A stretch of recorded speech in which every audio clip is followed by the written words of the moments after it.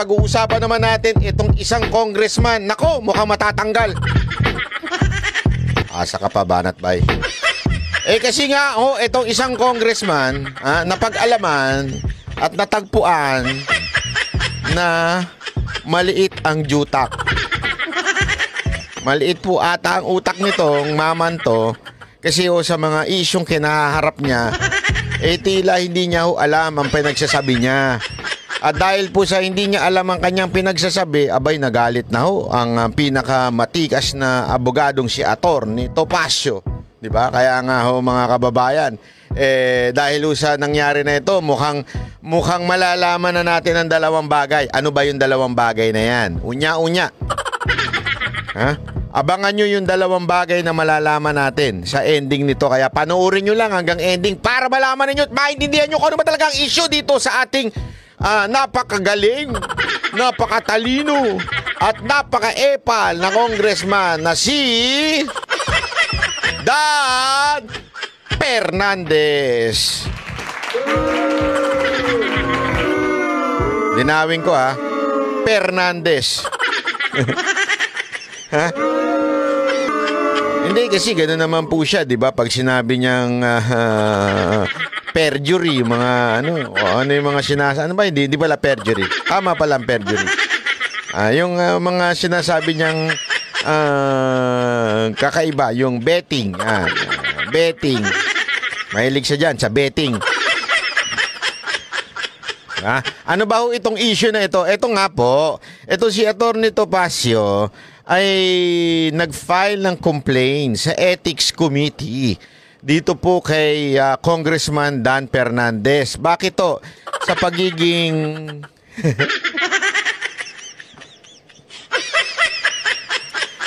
sa pagiging walang alam pagdating sa tamang proseso o kung papaano dapat i-treat ang isang inimbitahang witness.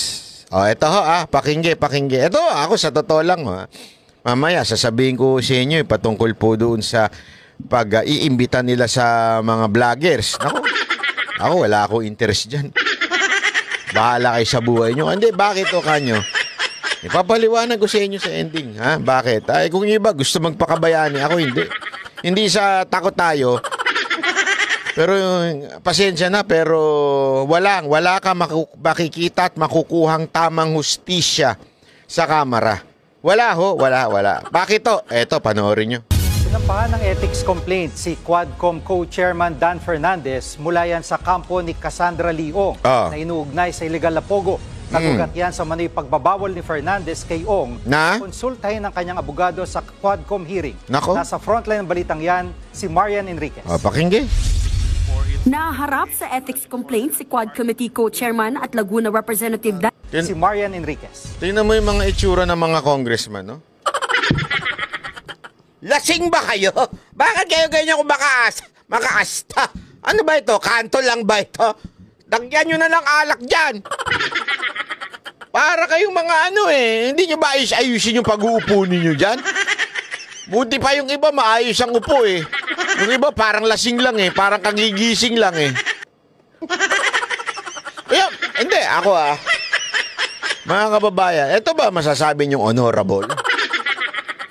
If you cannot bring your honor, do not expect us to respect you honorably. Diba? You want us to respect you honorably, pero yung asta nyo para kayong mga lasing. Ano to? Ganyan kayo makaasta. Di ba? Huwag ganun. Kung talaga honorable kayo, di ba? Para respetuhin namin kayo. Respetuhin nyo yung mga witness para tawagin kayong honorable. Your honor, di ba? Hindi nyo naman nire-respeto, kaya ganyan ang nagiging treat sa inyo rin ng iba Naharap sa ethics complaint si Quad Committee co-chairman at Laguna Representative Dan Fernandez. Ang reklamo, isinampa ni Atty. Ferdinand Topacio, ang abogado ni Kasi naman to si Cassandra, paipit-ipit pa kasi inipit niya yung buhok niya Baka witness ng... Di ako nagtatanong lang. Dan Fernandez. Ikaw diretsuhan tayo May picture tayo. Dan Fernandez, mahilig ka ba talaga sa yung nakaganyan, nakapony pa yung buhok? Parang napapanood ko lang yan sa ano eh. Mahilig ka ba sa mga ganyang ano?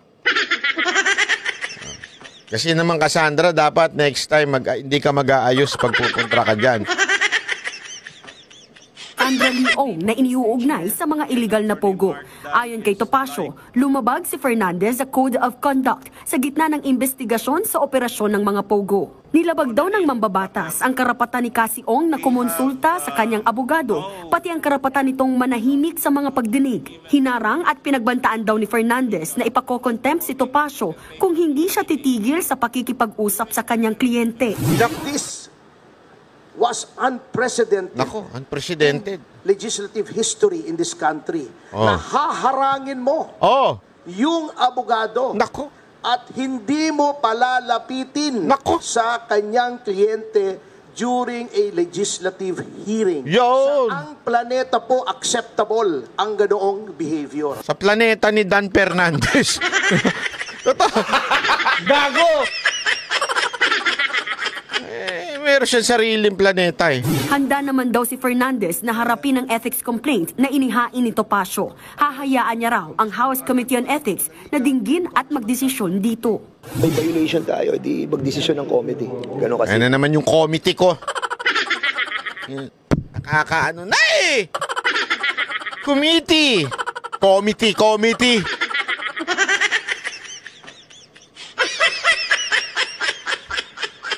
Mr. Congressman, it's okay kung mga vloggers ang ganyan magsalita o mga kantuboy, okay lang eh. Pero congressman kayo, committee. Magagalit yung English teacher ko niyan eh. Byron! Byron po kasi talaga pangalan ko. Ano yung committee na yan? That's how you pronounce committee? Committee.